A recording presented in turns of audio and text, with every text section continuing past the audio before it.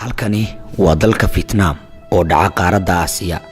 goobtuna waa shirkadda dhoofinta maqaarada. muuqaalkan waxa uu noqon doonaa mid aad isweydiin doonto jiritaankiisa, hase yeeshee maaha sheeko la mala'awaalay ee waa xaqiiqo dunida guudkeeda ka dhacda maalin kasta.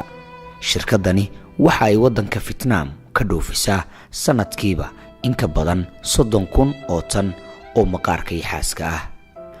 muuqaalkan oo si qarsoodi ah loo duubay ayaa lagu xaqiijiyay in Vietnam ay maqaarka yaxaaska ka samayso agabyo badan oo u muhiim ah nolosha aadanaha, sida boorsooyinka, saacadaha, kabaha iyo suumanka.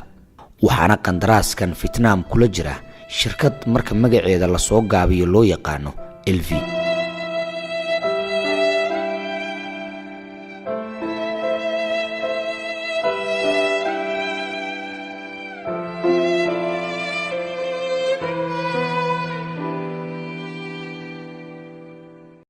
kuwani waa kaydadka lagu ilaaliyo yaxaaska si uu u sii noolaado, taas oo shirkadda u suurta gelinaysa in ay helaan maqaar badan si ay ugu iibgeeyaan caalamka intiisa kale.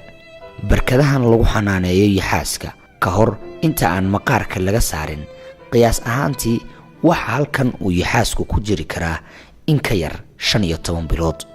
sidani waa qaabka ugu fudud ee loo dilo yaxaaska inta aan la geyn miiska qaliinka.